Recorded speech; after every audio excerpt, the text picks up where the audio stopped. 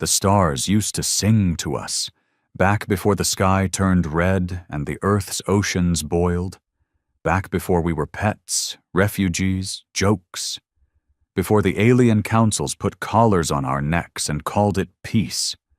They didn't see us as equals, not even enemies, just survivors of a broken planet wandering through space like rats in burnt ships. We waited.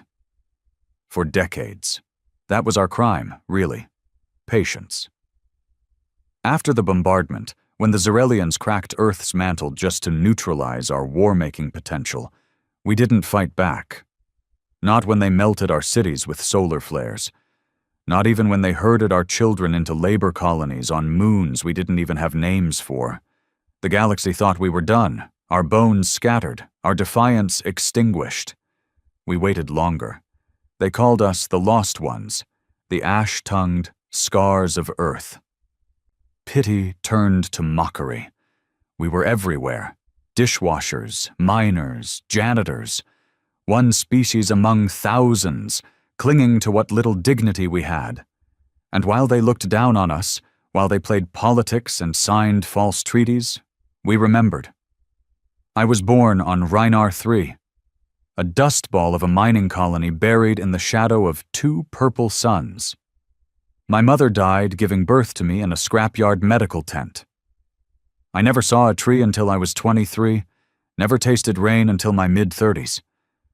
My father, well, he wasn't my real father, but he taught me the words of the old Earth, taught me about Hiroshima, Stalingrad, Vietnam, Mars Rebellion. We don't win because we're stronger, he used to say. We win because we refuse to stay broken. That became my doctrine. I joined the work camps young, smuggled parts even younger. I learned to slice Zarelian interfaces, hack Uxari defense drones, and speak the guttural code language of the Kraven slavers. I smiled when they laughed at me, bowed when they barked commands. I became what they expected, obedient, disposable, forgotten, but deep beneath Reinar 3, in the abandoned titanium veins, we were building something. We called it Project Echo. Not a ship, not a weapon, a message, a signal to every scattered human across the stars. To the orphans scraping food in Plurnian gutters. To the engineers forced to build tech for their masters. To the assassins, thieves, hackers, prostitutes, those surviving by licking the boots of their conquerors. It's time. The signal was simple. Raw, ancient Earth code wrapped in encrypted layers older than the Council itself. It spread faster than we imagined, faster than the Zarelians could suppress. And then, things began to change. The galaxy didn't notice it at first. A freighter disappears over Dranaxis. A Zarelian governor's shuttle explodes on re-entry. A weapons depot on Varlock gets hijacked by unknowns. They blamed pirates, black market syndicates, rebellious colonies. But it was us, all of us, the humans they forgot, waking up. They didn't understand what they'd let simmer beneath their boots for 83 years. They saw us smile, beg, scrape, but they never saw the clenched fists behind our backs. And then came the Kevelin massacre, a Zarelian noble, drunk, bored, tossed a child into a reactor vent for sport. The child's father was human, former combat engineer. He didn't scream, he didn't cry, he smiled. 5 minutes later, the entire orbital city of Kevelin was in flames. That was the moment we stopped hiding. That was the moment the galaxy began to whisper the word human again, but this time with fear. And me? I was just getting started. My name is Cale Maddox. Earthborn by blood, ghost by training, rebel by necessity. And this is the story of how we reminded the universe what patience really buys you. It buys you time, it buys you rage, it buys you war. And now? Now no species will ever forget the moment we finally snapped. The day Kevelin burned, everything changed. Not just for the Zarelians, not just for the Council, but for every species in the galaxy that ever thought of humans as background noise. They tried to silence it, of course. A freak incident. Human mental instability. They called it an isolated case, blamed it on trauma. But then 10 more colonies followed, 10 more uprisings, silent, coordinated, vicious. You don't understand what patience teaches you until you live in chains. When you're ignored long enough, when you're beaten into silence for generations, you don't just learn how to survive. You learn how to study your enemy, their weaknesses, their overconfidence, their blindness. We were everywhere. That was our strength. In their factories, their navies, their data banks, even in their homes, and they never noticed us sharpening our knives. I left Reinar 3 2 days after Kevlin. Our mining compound went dark. The Zarelian overseers? Gone. Their bodies rotted in the tunnels while our people stripped the station for parts. We didn't mourn them. We melted their weapons and hacked their ships. We'd prepared for this day for decades. I took a stolen jump cruiser, barely spaceworthy, and headed for Veltrax 9, a frozen communications moon used by the Council. That was our next target. We had 3 missions: shut down the relay hub, broadcast the rebellion's existence, and extract a sleeper agent known only as Whisper. I didn't know who Whisper was.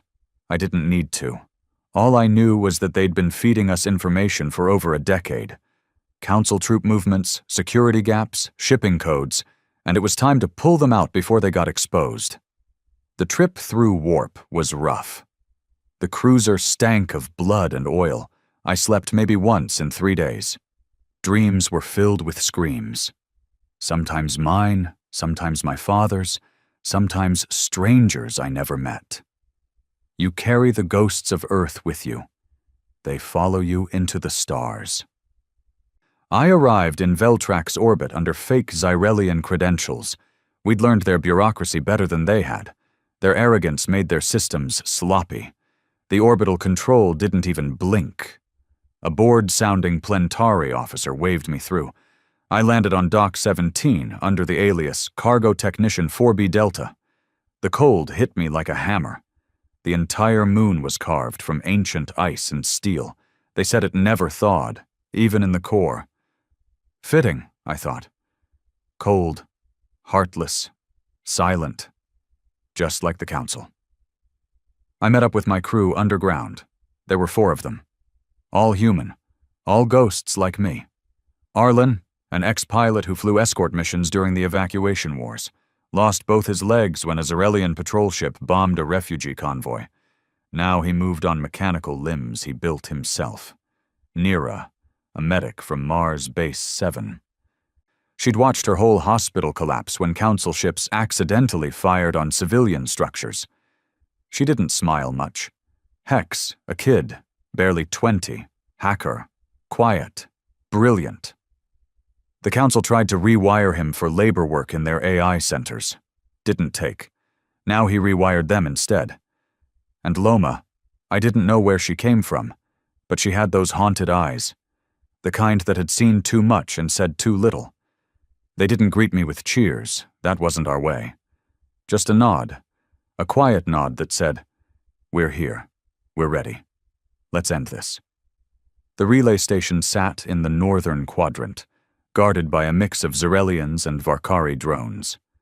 Getting in was the easy part. Nira sliced the access doors like she was born with Zarelian fingers. Hex flooded the system with fake repair orders, so all the cameras looped old footage. Arlen kept watch while Loma and I pushed deep into the comms core. We planted the virus in silence. It wasn't just code. It was a digital scream. A beacon that would activate dormant human relays across the galaxy. Old Earth tech, buried in outposts and scrapyards, waiting for a signal. This wasn't about battle plans or commands. It was about reminding us we still exist. The moment the virus activated, it spread like wildfire.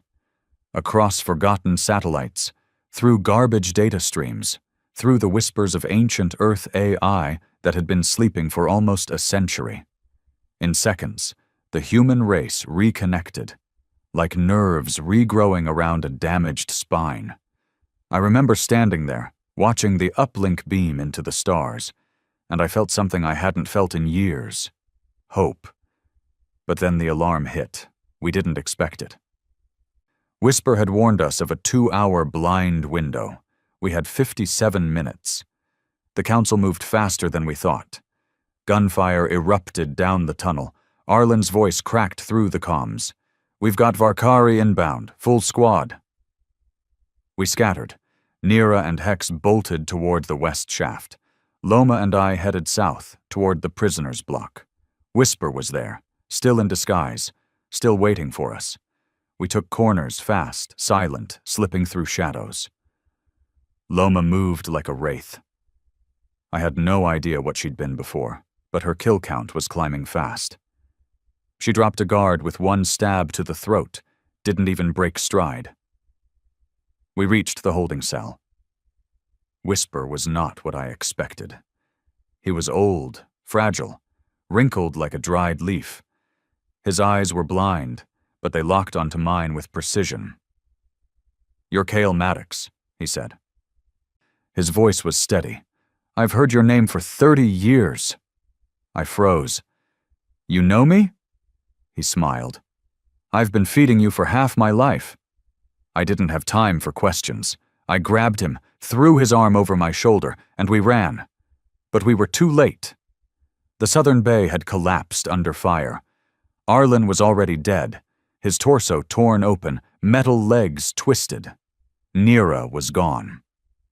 Hex was shot in the back as he tried to reroute power to the escape doors. I saw him fall through the security feed. Only Loma, Whisper, and I made it to the auxiliary dock. We found a small Xyrelian skiff, unarmed, barely functional, but it flew. As we lifted off, I looked back at Veltrax 9. The moon was already crawling with reinforcements. Dozens of ships, hundreds of drones, all too late. The virus had already launched. The rebellion was no longer rumor. It was real. And across the galaxy, 1 million humans lifted their heads for the first time in a generation. Some killed, some ran, some simply whispered, "It's time." The council issued a statement the next day. "Isolated human extremists, a minor terror event, no threat to galactic order." But their eyes said something else. I saw the way the Xyrelians twitched in news feeds. I saw the way council guards started carrying their weapons closer, tighter. The way entire stations began issuing new background checks for human staff. They knew. They had no idea where we'd strike next. That was the power of patience. The moment it snapped, we were everywhere. And nowhere. Whisper was dying. The flight out of Veltrax had strained his body too far. He'd been kept alive for years by Council nanotech. They cut the supply when they found out who he really was. In the med bay of a stolen skiff, drifting in deep space, he held my hand. "You must finish what we began." His voice cracked. "You must make them remember Earth." "I will," I said. He nodded once and died with a smile on his face. His name was Thomas Ardeen, once a senator of Earth's last parliament, thought dead in the Xyrelian purges. Instead, he'd been feeding the resistance for over 30 years from inside their own halls. A ghost like the rest of us. But now his ghost was louder than ever. I transmitted a message that night, encrypted, bouncing off ancient satellites through broken relays. It reached every human still breathing in the galaxy. You were not forgotten. You were not broken. Earth lives in you. Rise. And they did. I heard stories. A human bartender on Morax II poisoned an entire Xyrelian diplomatic crew. A group of engineers on a shipping rig over Ranthus 4 rerouted the entire orbital platform into a council weapons factory. A teenage girl on Velus Prime walked into the council hall and detonated herself with 10 kilos of stolen star core. Took out the entire chamber. We were patient for too long. Now we were done waiting. And no species, No empire, no fleet, no God will ever forget what we became once that patience ran out. Space is a graveyard. You don't really feel that until you're drifting through it in a ship that stinks of smoke and blood, with only dead friends and unanswered questions to keep you company. After we escaped Veltrax 9, I spent 3 days in silence. Whisper's body was wrapped in a heating blanket in the back room. Loma hadn't spoken a word since we left. Her eyes stared out the viewport like she was looking for something that had already died. I tried to sleep. Couldn't. Every time I closed my eyes, I saw Arlen's legs twitching in a pool of red. Saw Hex's thin fingers scrambling across a keyboard before he crumpled like a rag doll. Saw Nira's mouth opening, but no sound came out before the blast ripped her away. They died for a signal, a whisper in the dark. But that whisper had turned into a scream. On the 4th day, the message came through. Encrypted. Old Earth binary. Only humans could read it, only those who still remembered the ancient frequencies, the ones used before the Council outlawed our tech, our language, our history. It was short. 12 words. Rally point, derelict station EOS 7. 1 week, Maddox leads. I didn't send that message, which meant someone else was pulling strings, someone powerful, someone watching. Loma looked at me when I told her. "You're not the leader," she said flatly. "No," I said, "but I guess I'm the symbol now." She didn't argue, just nodded once and started prepping the skiff for warp. EOS 7 wasn't a station, not anymore. It used to be a science hub back in the early Council days, orbited a dead planet on the edge of the Talari dust belt. When the Council started cutting funding to human-led programs, they shut it down. Left it to rot. Which, of course, meant we claimed it. We arrived 3 days early. I didn't expect much. Maybe a few dozen survivors, some scavenged ships, a broken comms rig if we were lucky. But the minute we breached the outer ring, I realized something had changed. EOS 7 was alive. Dozens of ships docked on the old spires. Human ships. Scrap-built, ugly things, patched with every kind of tech imaginable. Zerelian hulls with earth cores, Kraven cannons welded onto Martian shells. Each one was different, but they all flew under one banner now. Us. As we docked, I saw faces through the viewports, scarred, hardened, but not hopeless. They stood when I walked through the airlock. Not for applause, not for cheers, just respect. A soldier with burn scars across his face saluted. A group of children stared at me like I was some kind of ghost story come to life. A mechanic whispered my name like a prayer. I wasn't ready for it, but I nodded back, and they kept working. Loma peeled off without a word. She didn't like attention. I didn't blame her. I was led to the central hall, old command center, probably used for research coordination once. Now it was the beating heart of the rebellion. Screens flickered with intercepted transmissions. Data maps glowed with troop movements, shipping lines, target profiles. It wasn't just a hideout. It was an army being born. At the center stood a woman. Tall, worn coat, gray streak in her hair. She had the look of someone who hadn't smiled in 20 years. But damn if her eyes didn't burn with fire. "You're late," she said. "Didn't know I was invited," I replied. She smirked. "You weren't. But we needed a face. After Veltrax, the name Kale Maddox lit a fuse across the galaxy. You turned a broken signal into a call for war." I stepped forward. "Who are you?" She folded her arms. "Commander Alira Vecht, Earthborn, fought during the Exodus riots. I watched the Council glass New Berlin from orbit and swore I'd live long enough to piss on their graves." "You organized this?" "Started it. But it was never about me. It was about unity. And right now, Maddox, you are unity." I didn't want to be. I didn't feel like a hero. I felt like a man dragging too many ghosts behind him, but something in her eyes told me I didn't have a choice anymore. "What's the plan?" I asked. Alira turned to the holotable. Lights flickered as a new map loaded, one of the Council's largest military supply routes, the Meridian Vein. It stretched across 6 systems, protected by drone fleets and Zarelian frigates. "We hit this," she said. "Hard." I blinked. "That's suicide. They'll see us coming light years away." She smiled. "They'll see humans. They won't expect coordination." And that was the truth, wasn't it?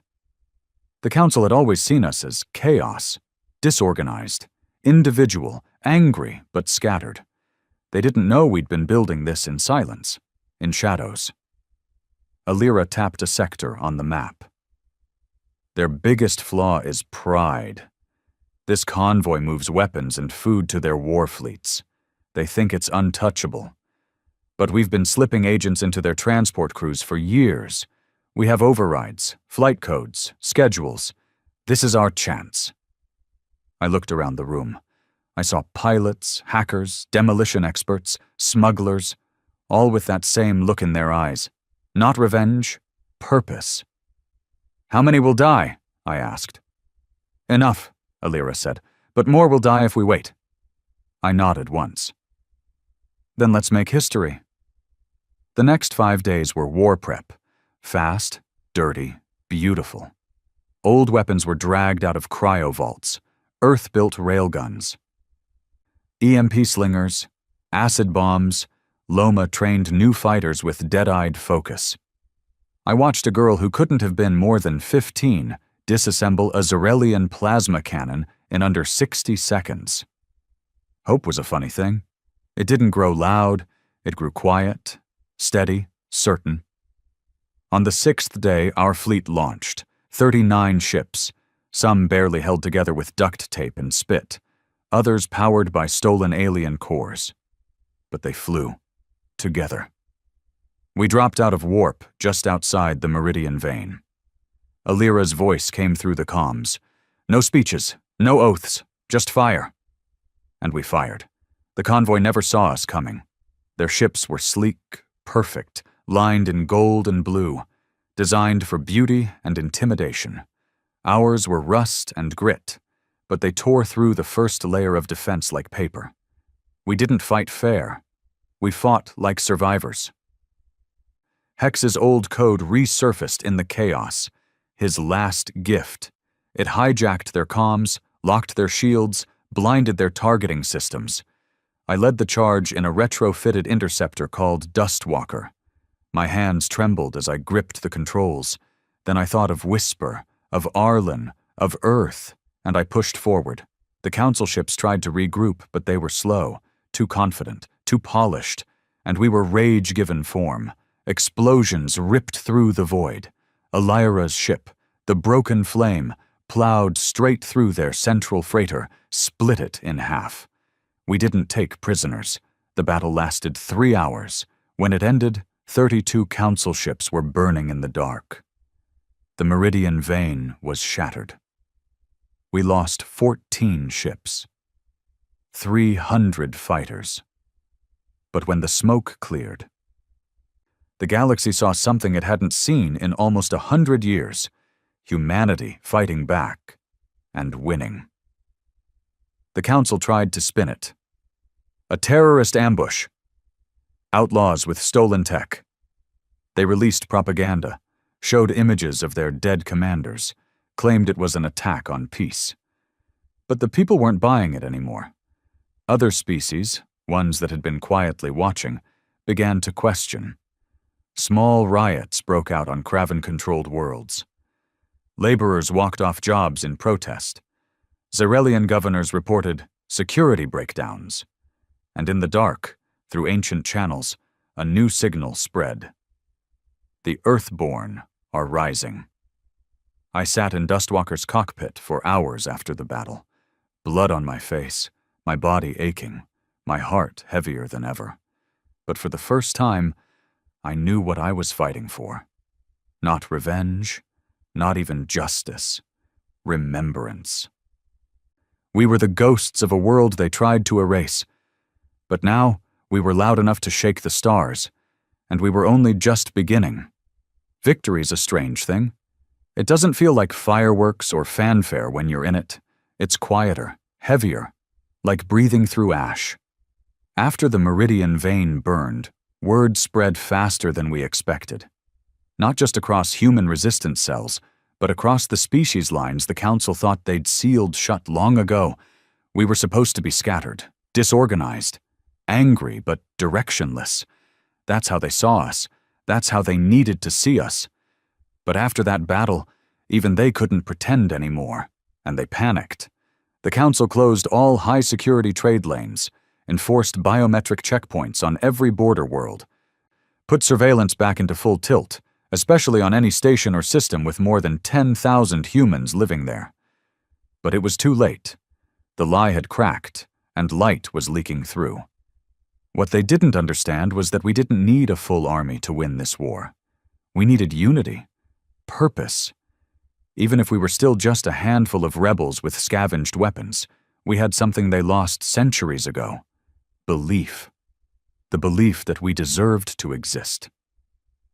We moved base operations from EOS 7 to Carthus, an abandoned moon orbiting a collapsed gas giant. Used to be a smuggling port before the Council vaporized its population as a warning 2 decades back. Now it was ours. The ships that survived Meridian limped back there one by one, damaged, bloodied, but proud. Our people welcomed them like returning titans. Even the injured walked with their heads high. I stood near the landing pad when the last 2 ships touched down. Loma was beside me, arms folded, quiet as usual. She hadn't said much since the battle, but she hadn't left my side either. I guess that was her version of loyalty. "You still don't think you're a leader?" she said suddenly. I looked at her, surprised she spoke. "I'm not," I said. "I'm just trying not to get everyone killed." "You think leaders don't feel like that?" she asked. I didn't answer, just watched the crews disembark. Some cheered, others wept.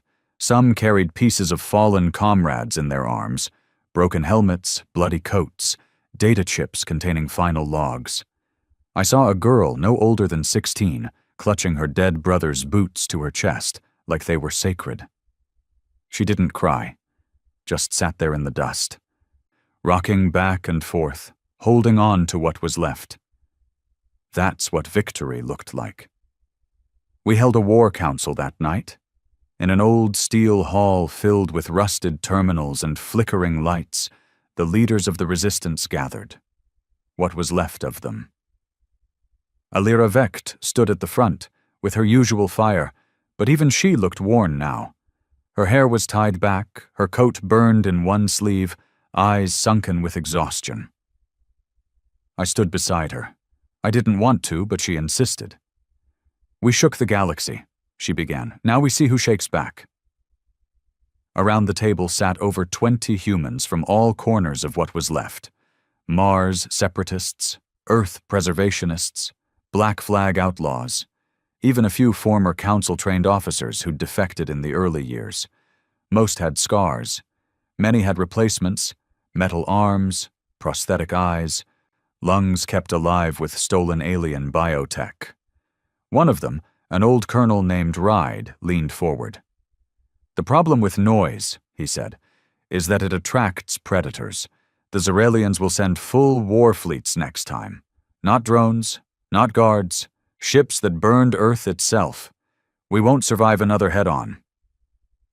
Alira nodded. "We're not looking for another fight yet. We need to cripple them economically, cut off their energy cores, starve their fleets." A woman named Yai, a cyberneticist from the Titan outposts, tapped her data tablet. "There's a facility, Zenthra 14, Council-owned, deep core reactor. It supplies almost 20% of their military's fuel across 3 sectors. "Security?" I asked. She raised an eyebrow. "Maximum, triple-walled defense rings, automated sentries, orbital scanners. It's a fortress. Then why mention it? Because it's run by a former human collaborator, she said.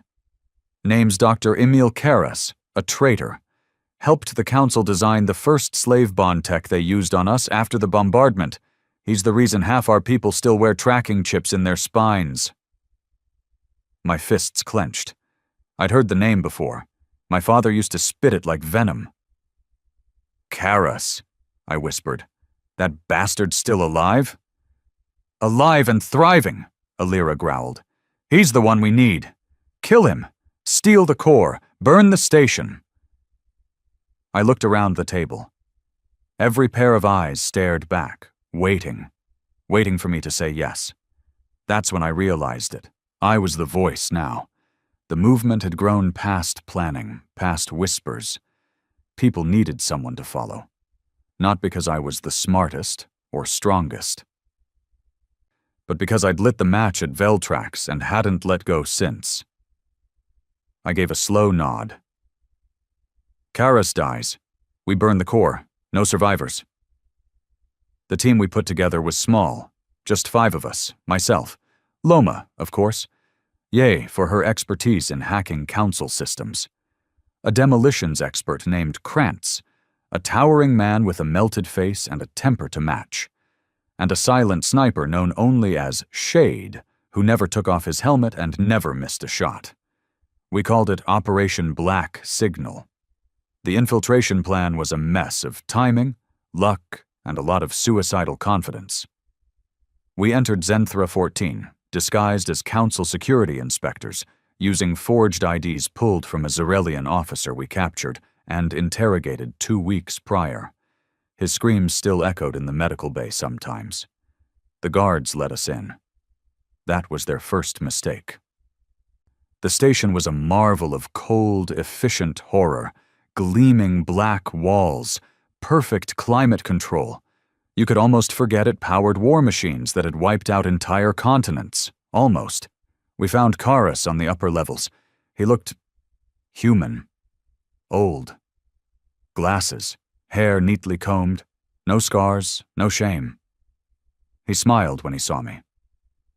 I was wondering how long it'd take you to find me, he said. I pulled my gun. He didn't flinch. You built the chains they used on us, I growled. You made humans into property. I made survivors, he said calmly.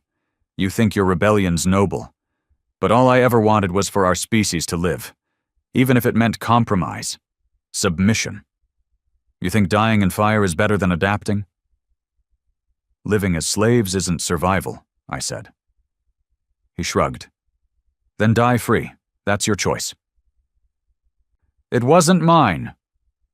I almost shot him right there, but Yai stopped me. We need him to unlock the core room, she whispered. Karras chuckled. Still need the monster, I see. We made him do it.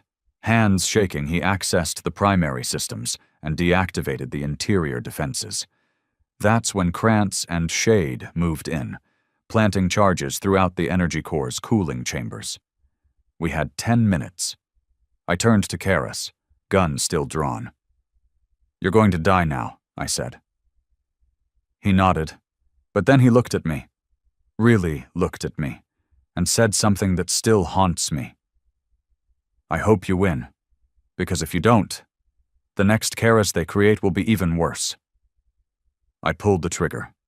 His blood sprayed the console, his body crumpled like paper, and I felt nothing. The explosion lit the sky for an hour. We escaped in a stolen patrol craft, barely avoiding orbital retaliation.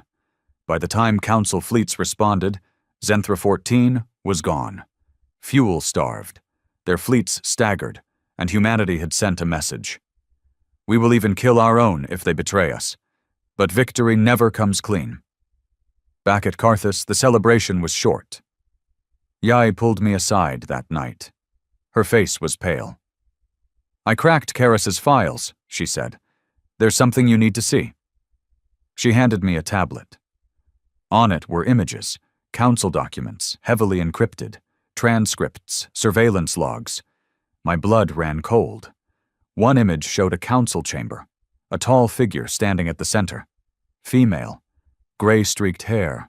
Alira Vecht. Working with the council, receiving orders. My head spun. "No," I whispered. "That's not possible." Yai nodded. "It's a deep game. She's been feeding them partial intel. Keeping us just successful enough to grow, but not enough to win. Controlled rebellion. A tool." I couldn't breathe. It made sense. The convenient leads, the narrow escapes, the quiet deaths of rival leaders who didn't agree with her. Alira was a council asset. And now I had to decide what to do, because the revolution needed her. But if we let her stay, we'd already lost. I didn't sleep after reading that file. Didn't blink much either. Just sat there in the command chamber, back hunched over, that damn tablet screen still glowing in my hands like it was radioactive. I read it over and over again, hoping it'd change, hoping I'd misunderstood. But it was all there. Clear. Brutal. Undeniable. Alira Vecht. Commander. War hero. Revolutionary. Traitor. She'd been in contact with the council for over 15 years. Fed them limited intel about resistance movements, names of potential threats within the rebellion, enough to help shape us without letting us collapse. They called her Asset Thorn. I wanted to vomit. Yai stood nearby, her face pale under the flickering lights. "I ran a triple check," she said quietly. "It's her. Encrypted voice matches, blood ID, facial scans. It's not fake." I didn't respond. Couldn't. My mind kept flashing back to her face. The woman who led the charge into Meridian, who looked me in the eyes after we burned the vein and said, "You made them believe again." Was any of it real?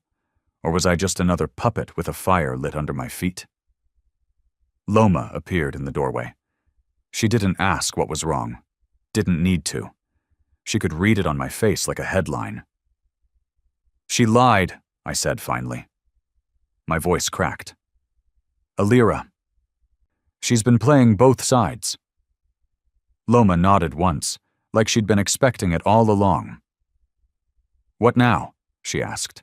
I didn't have an answer, because if I told the rebellion the truth, everything we'd built might collapse overnight.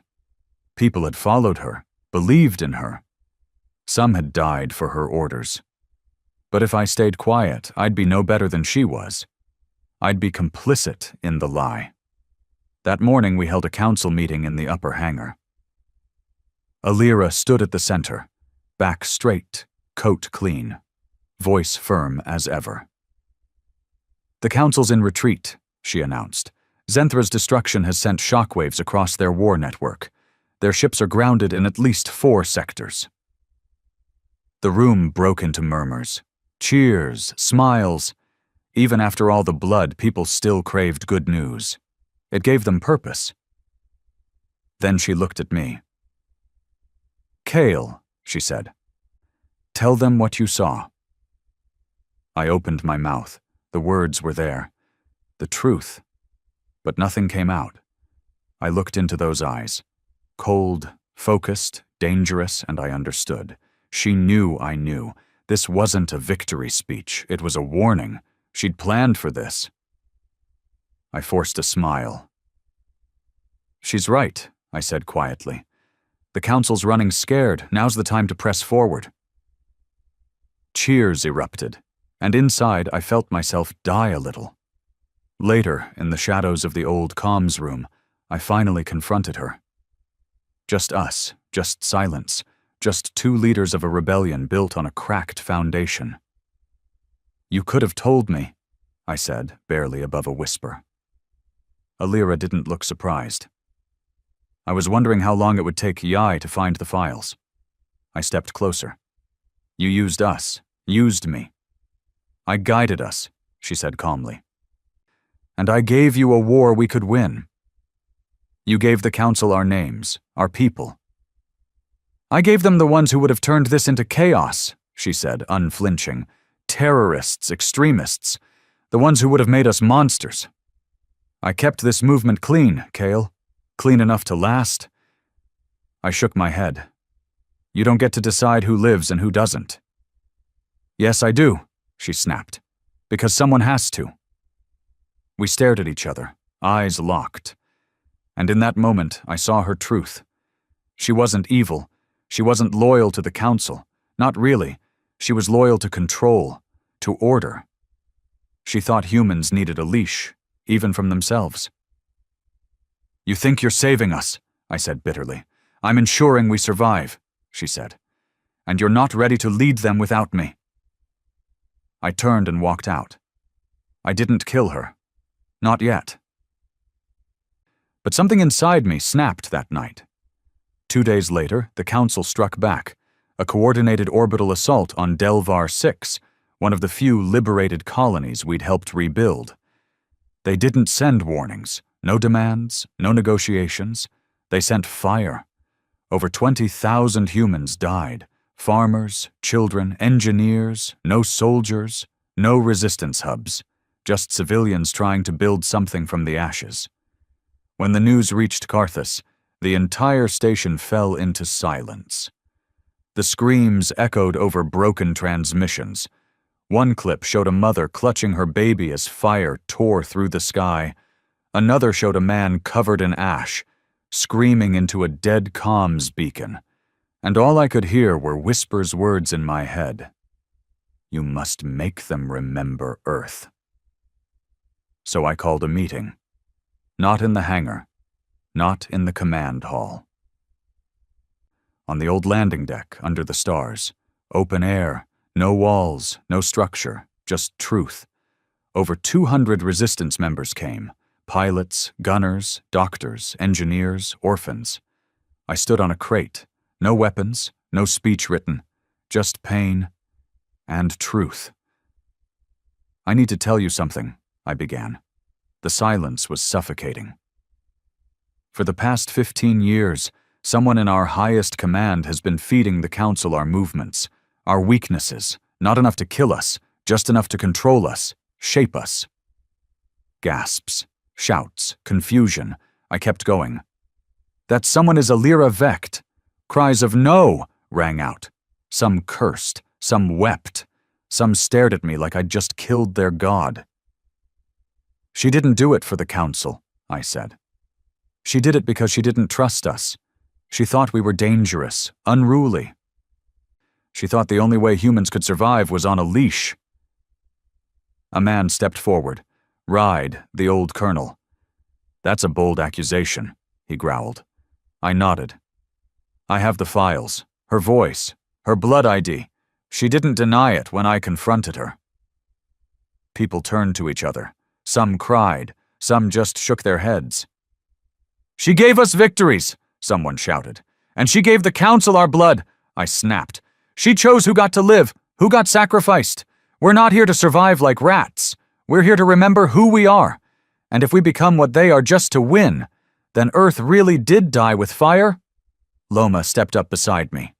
For the first time in all our time together, she spoke louder than a whisper. I watched Alira order the death of 2 units because she thought they'd rebel, not against the Council. Against her. Silence fell again. Then slowly, one by one, they stood. Not all, but enough. Enough to show that humanity had finally chosen truth over fear. Alira fled that night. Her quarters were empty by morning. No guards, no fight. Just a message on my private channel. You win, Maddox. Don't waste what I built. She left the galaxy after that. Disappeared into the edges of known space. Maybe she started over somewhere. Maybe she died. I never saw her again. And I didn't want to. We held a vote. They asked me to lead. I didn't say yes, not at first. Because leadership isn't glory. It's grief management. It's knowing people will die because of you. It's standing over graves and writing letters to children who won't understand why mom or dad never came back. But in the end, I said yes. Not because I wanted power, but because someone had to remind us that our rage was righteous. But it couldn't make us monsters. The rebellion changed after that. We became sharper, louder, bolder, no more half measures, no more restraint. But we also remembered who we were. We didn't bomb civilian council worlds. We didn't kill surrendered enemies. We treated prisoners with dignity, even when our own hadn't been, because we weren't just fighting to win. We were fighting to be human again. And across the stars, the other species started noticing. Some joined us, quietly, secretly. Even the oppressed alien races under council rule began sending whispers our way. Because the council didn't just fear our weapons, they feared our example. They feared what we would become if we ever truly stood up. And now we were standing, not just as soldiers, as a people. We didn't flinch anymore. Every day after Alira disappeared, the rebellion hardened. Not out of vengeance, not even out of pride. It was something deeper, something old. Focus. When you finally see your enemy clearly, when the mask breaks and all the lies burn away, something settles inside your chest. Heavier than hate, heavier than grief. Clarity, and that clarity pushed us forward. We had no more illusions, no heroes left, just people doing what needed to be done. We called it Operation Dawnfall, a direct assault on Zareth Prime, the heart of the Galactic Council. It sounded insane, suicidal even. But we weren't planning to take the planet. We weren't even trying to kill their High Chancellors. We wanted their truth. Zareth wasn't just a capital, it was an archive. A world-sized database storing every major political decision. Every war order, every atrocity papered over with false treaties and polished PR, including, we hoped, the classified records about the fall of Earth. Because if we were going to burn the Council down, we wanted to do it with their own sins. Our crew was small, not because we lacked numbers, we were growing faster than we could track, but because stealth was key. This wasn't a fight, it was a heist. Myself, Loma, Yai, our tech mastermind. Shade, the silent sniper, still faceless, still precise. And a new recruit, Kahlo, a Varkari defector, one of the first aliens to officially join the Resistance. Kahlo was tall, scaled, eyes like polished obsidian. His people were once proud warriors, but the Council had neutered them, banned their traditions, erased their history, forced them into docile service. Kahlo had watched his own father executed for refusing to burn their ancestral scrolls. He didn't smile, didn't speak much either, but I trusted him more than most humans. Our plan was surgical.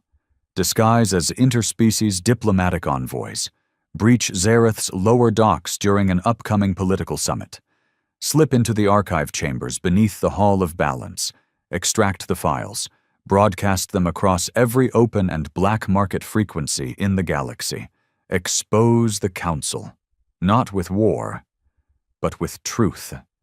Zareth Prime didn't look like the capital of an empire built on genocide. It was beautiful. Floating spires made of translucent crystal, gravity-defying bridges, parks in the clouds, clean air, music in the streets, every species living in harmony. A lie, of course, but a pretty one. We landed under the alias envoys of the unified Kalethri tribes, a dead political faction from a border war the Council had buried decades ago. No one questioned it. They smiled. They bowed. They logged us and scanned us, but didn't even look twice, because they didn't expect humans to walk into the lion's den, especially not like this. Inside, it felt like walking through the opposite of war. Polished halls, peaceful murals, quiet laughter. I hated it, because I knew what it had cost to build. Beneath every marble floor was a grave. Beneath every diplomatic promise was a pile of burned flags. We moved through the outer wings smoothly. Yai spoofed the surveillance, fed back clean loops. Kahlo provided the access credentials. We still didn't know how he had them, but every door opened with his codes. Eventually, we reached the archive core. a massive subterranean vault beneath the Hall of Balance, the Council's historical preservation site. That was the term they used. Sounded neutral, clean. It was guarded by 2 Zarelians in ceremonial armor. Loma took the first with a silent blade to the throat. Shade shot the second through the eye before the body hit the floor. We entered without an alarm being triggered. The main data vault was 3 levels below. Yai dropped into a trance as she worked the console. Her fingers moved like they weren't even hers. Fast, flawless, dancing over alien code like it was second nature. Sweat poured down her face as the system fought back, layer after encrypted layer. "Give me 10, she grunted. We watched the corridor. Footsteps echoed. We heard voices. We froze. But they passed. 8 minutes in, Yai gasped. "I'm in." She pulled up a central directory and projected it. I stared at the hologram. File after file. Folders labeled in cold, bureaucratic language. Earth Incident. Class Omega Termination Protocol. Humanity Psychological Containment Strategies. Project Chain Asset. Thorn Compliance Files. And one folder, locked behind 4 layers of encryption, simply titled, Exodus True Cause. "Open that," I said. Ye hesitated. "It's buried deep, heavily booby-trapped. If I try, we might trigger a trace." "Do it," I said. She nodded and got to work. It took 3 minutes. When it opened, the room went silent. Lines of raw data spilled across the screen. Voice logs, holographic recordings, internal reports. And then, one file played automatically. A council summit. The image flickered, stabilized. 12 alien leaders sitting in a circle. Nervous, silent. Then one Zarelian spoke. "Earth's advancement rate has exceeded projection. AI containment protocols failed. Genetic enhancements spreading without regulation. Weaponized fusion cores developed outside of oversight." Another added, "They solved dark matter compression in 80 years. No species has ever evolved this quickly. It's exponential, unnatural." A Plantari commander chimed in. "If left unchecked, they'll destabilize the galactic balance in 2 generations. We can't stop them later. We stop them now." And then came the decision. Unanimous. Glass the planet. Frame it as an internal collapse. Erase their history. Scatter survivors. Rewrite the records. Let them degrade into irrelevance. That was it. Earth didn't fall because we made a mistake.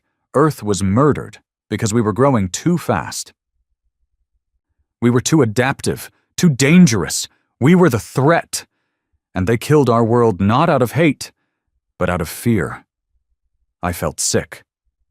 Loma stared at the floor, fists clenched.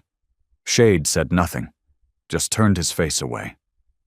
Kalo's eyes were locked on the screen, unmoving. "They destroyed Earth," I whispered, "because they couldn't control what we'd become." Yai's voice trembled. "We were never broken. They just broke us before we could rise. We downloaded everything, every file, every second. Yai routed it to a secure sub-channel buried deep in Council communication systems. In 20 minutes, every corner of the galaxy would know the truth. Then the alarms hit. We'd been traced. Doors slammed shut. Red lights flared. Distant shouting. Footsteps closing in. We were surrounded. "No way out the way we came," Yai said. "We need an alternate route." Shade stepped forward, checked his rifle. "I'll stay behind, cover the hallway." "No," I snapped. He nodded once, almost sadly. "Someone has to." He turned and disappeared into the corridor before I could argue. We ran. Kalo guided us through maintenance tunnels only a Varkari could navigate, crawling through ancient waste vents, crumbling stairwells. Council guards flooded the lower levels, but we stayed one step ahead. Ye took a graze to the shoulder during a brief firefight. Loma carried her. We reached the subdocks just as Council dropships began landing. I looked back once.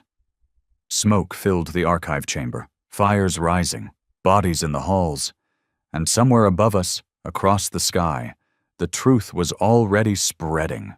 When we made it back to Carthus, the galaxy had changed. News feeds were flooded. Not council lies, our truth. The footage of the council summit played on every pirate channel, every resistance terminal, every smuggler's data pad. Even council-controlled worlds couldn't stop it. It leaked through encrypted lines, underground nets, neural links. They tried to deny it, called it fake, enemy propaganda. But it was too late. People remembered Earth. They remembered what they'd been told, and now they knew it had been a lie. Other species began to riot. Council stations burned. Former allies turned. The fragile order they'd built started to crack. And humanity? We finally saw ourselves not as survivors, but as the spark that would burn the empire down. Later that night, Loma and I sat alone on the observation deck. She hadn't said a word since the mission. I broke the silence. They were afraid of us. She nodded. They should be. I looked out at the stars, thought about Earth, about the soil I never touched, the trees I never saw, the rain I never felt. They tried to erase us, I said, but all they did was give us a reason to rise. She looked at me with those tired, burning eyes. We were patient, she whispered. Now we're awake. I used to dream about this moment, the day the galaxy finally saw what they'd done to us. When the lies crumbled and truth spilled out like blood in the stars, when we weren't pitied, mocked, or ignored, but remembered, feared, respected. And now that it was here, it didn't feel like victory. It felt like a storm we couldn't stop. Within a week of the Zareth broadcast, over 70 Outer Rim worlds were in full rebellion. Entire alien colonies turned against the Council, not for humanity, for themselves. Our truth had broken the spell, shattered the illusion that the Council was fair, stable, just. Turns out, we weren't the only species they'd kept on a leash. The Varkari burned 5 Council outposts in one day. The Plentari unions declared secession from the Central Trade Fleets. Even some Zyrelians, especially the younger ones, began leaking confidential data to resistance networks. Chaos spread faster than we could track. The Council retaliated brutally. They glassed 4 colonies, executed whole families, dropped virus bombs on supply hubs they couldn't retake. But it wasn't enough. For the first time in over a century, the Empire was bleeding. Back on Carthus, the rebellion had tripled in size. New ships docked daily. Refugees, warriors, exiles, even former Council defectors. The hangars were filled with different languages, different uniforms, but the same rage. And that scared me. Not the growth. The rage. Because it wasn't always focused. It didn't care about morals. It didn't care about lines we promised never to cross. People wanted revenge now. Raw, blind, unfiltered. It started small. A Zarelian prisoner found dead in his cell, throat cut. A Plentari merchant beaten unconscious by a mob of human refugees. A Varkari medic lynched after someone suspected him of spying. I called an emergency tribunal, put out strict laws. No violence against civilians, no racial targeting, no executions without trial. Most followed, but not all. I heard whispers, saw groups forming, old Earth nationalist crews, war veterans with twitchy fingers, kids with too much trauma and not enough direction. And when I walked through the command halls now, some of the eyes didn't look at me with respect. They looked at me like I was in the way. Loma was the first to say it out loud. They don't need a leader anymore, she said one night while sharpening her knife. They need a direction. You gave them purpose, Kale. But if we don't shape it, they'll shape it themselves. She was right. Victory without vision turns into chaos. So we built a council, not a military one, a civilian council, representatives from every major race that had joined the uprising. Humans, Varkari, Plentari, a few fringe Kraven clans, even 2 defected Xyrelians. We called it the Ember Accord. The idea was simple: shared rule, shared voice. The rebellion wouldn't just be human. It would be built on something better, something the Council had always denied: equality. Not everyone agreed. Ride, the old colonel, stood at the center of the opposition. He'd been with us since Meridian, but something had changed in him. "This isn't what we fought for," he said at the first meeting. "Humans should lead. We bled for this. We died for it. Why the hell should a Xyrelian have a vote?" "Because if we do to them what they did to us," I replied, "then we've already lost." He spat on the floor. Spoken like someone who's never lost a daughter to a plasma raid. And then he walked out. He took 50 fighters with him. They didn't say where they were going, just packed their ships and left. Some say they joined an outlaw war band. Others think they're building a pure human fleet out on the rim. I don't know, but I know I'll see him again. And next time, it won't be a debate. Meanwhile, the council began fracturing. Some of their outer governors refused to follow orders. Others opened quiet talks with us, offering data, safe passage, even defection in exchange for protection. The council's public feeds went dark. Their capital burned. One city after another. But their core fleets remained. Old, massive, ruthless, and desperate. They pulled back toward the inner worlds, fortifying a last stand across 3 systems: Hyler, Brenthis, and the Inner Sanctum, Ilaris, their oldest world. It was there that they planned to end this war, and it was there we decided to finish it.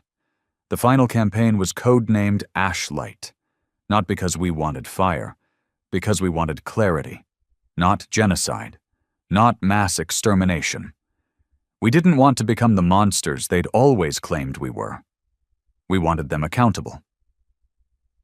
We wanted them to face the species they'd crushed under boot for centuries, not as gods, as criminals.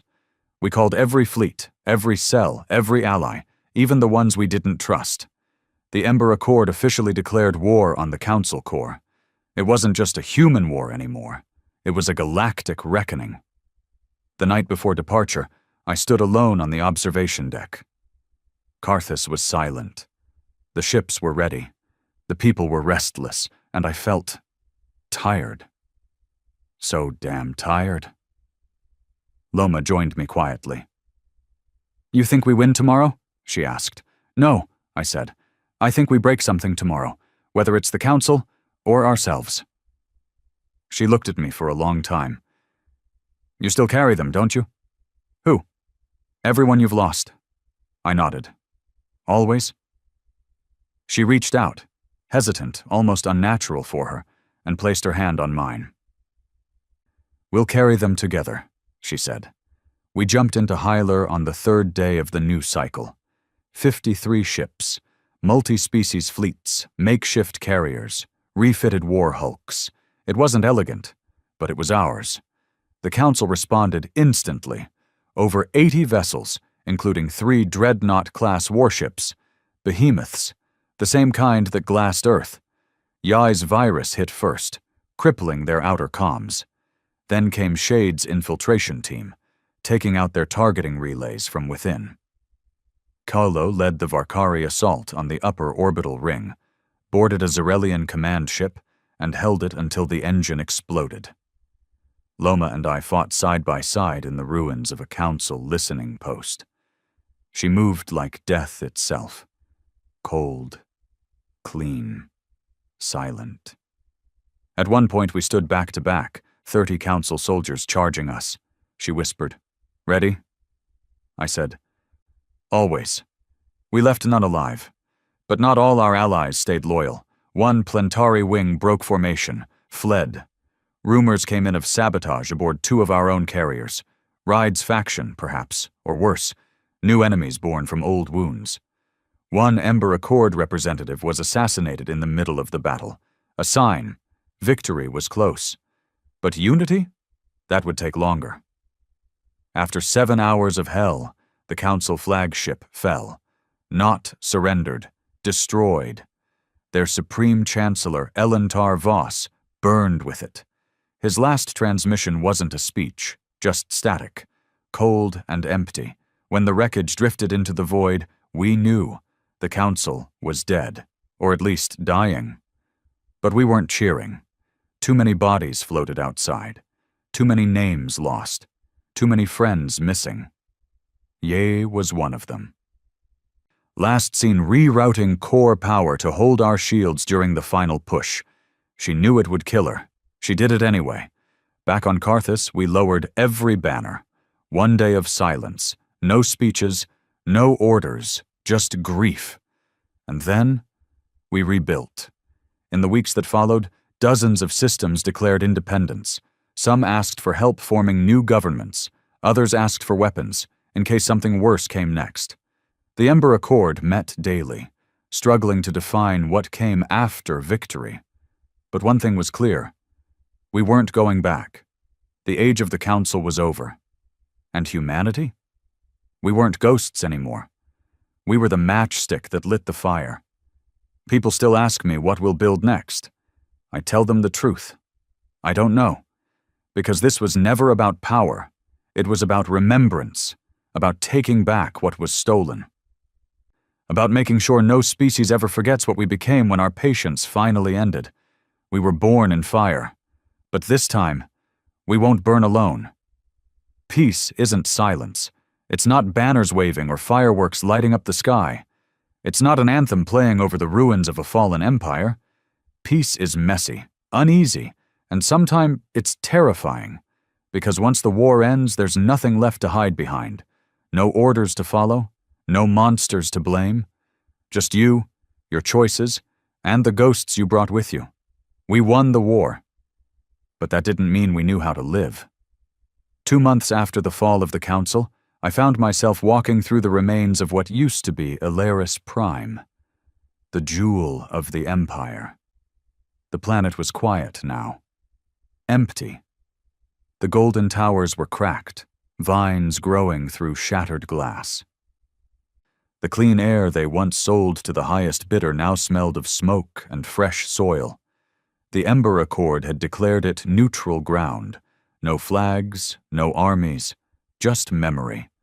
A reminder of what happens when power forgets its soul. I stood in the old Hall of Balance. Half the ceiling was gone.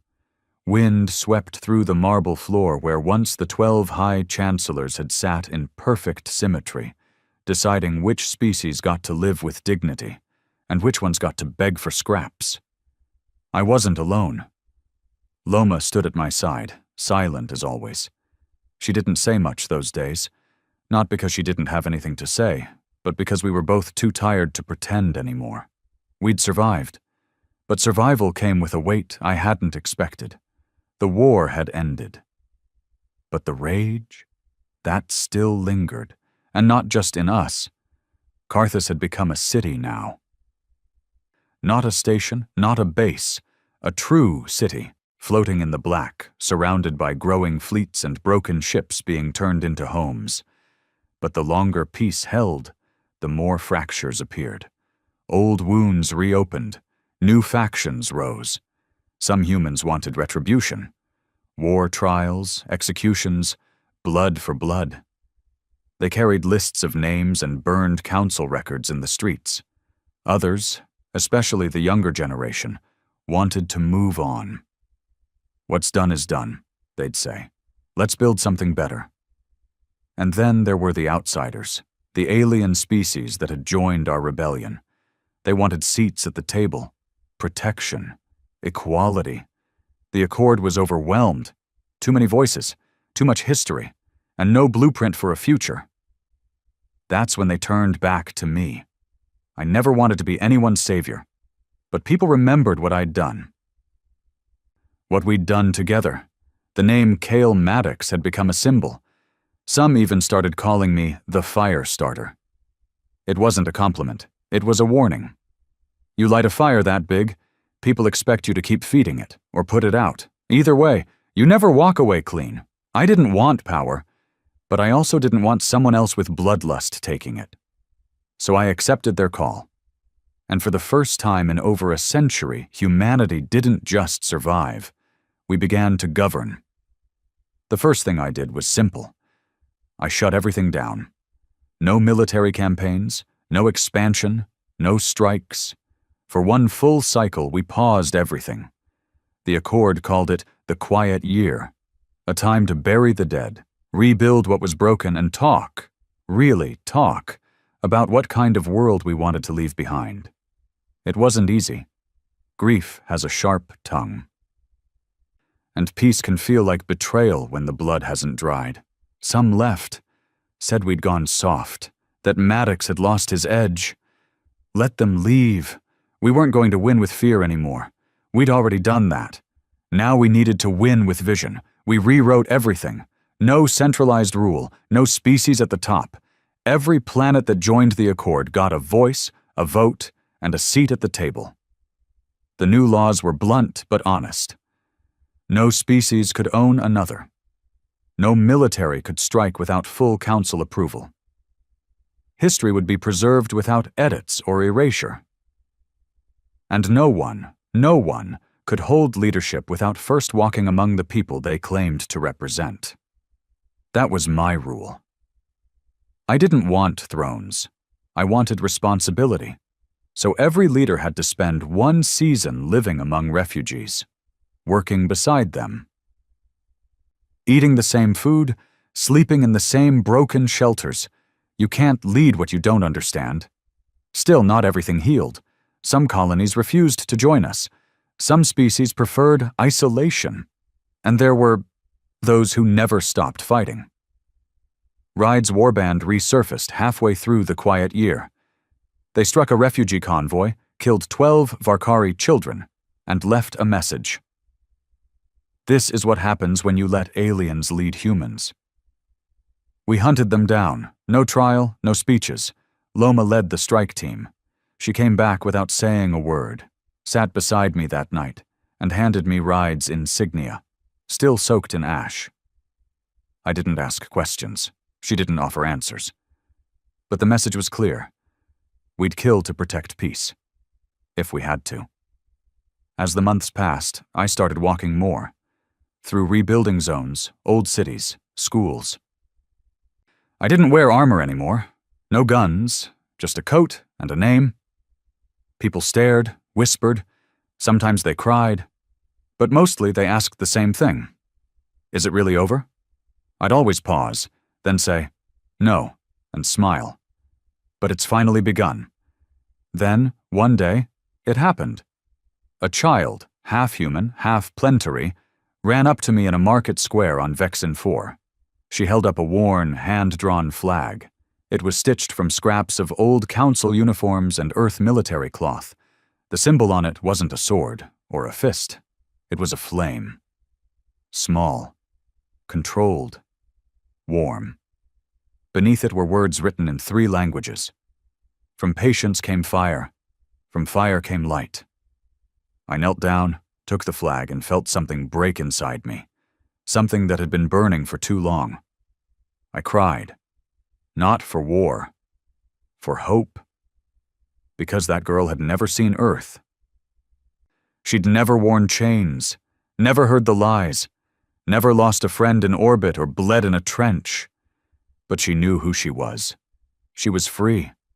And that flag, our flag now, wasn't about rage. It was about remembrance. Years passed. The Accord held, not perfect, not peaceful every day, but alive. New settlements were founded. Former enemies became neighbors. New children learned the truth about the old war in open classrooms, not in whispers. And slowly, surely, Earth became more than a grave. It became a lesson. As for me, I stepped down. Not with a speech, not with applause, I just left. One day I handed over my insignia to the next chosen chair of the Accord, a young Kraven woman who used to be a council tech slave. Her name was Trell Vashta, and she was smarter than me in every way that mattered. Then I took a shuttle and flew into the stars. No guards, no escorts, no destination, just me, and the silence I'd earned. Sometimes I dream of Earth, not as it was in ruins, but as it might have been. Green hills, rainfall, a blue sky untouched by ash. In those dreams, I'm not Cale Maddox, war leader. I'm just a man, standing on soil, alive, and at peace. Epitaph, found in the Maddox archive, 48 years after the Quiet Year. He lit the fire, yes.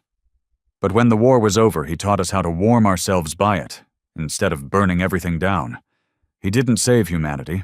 He reminded us we were never broken to begin with.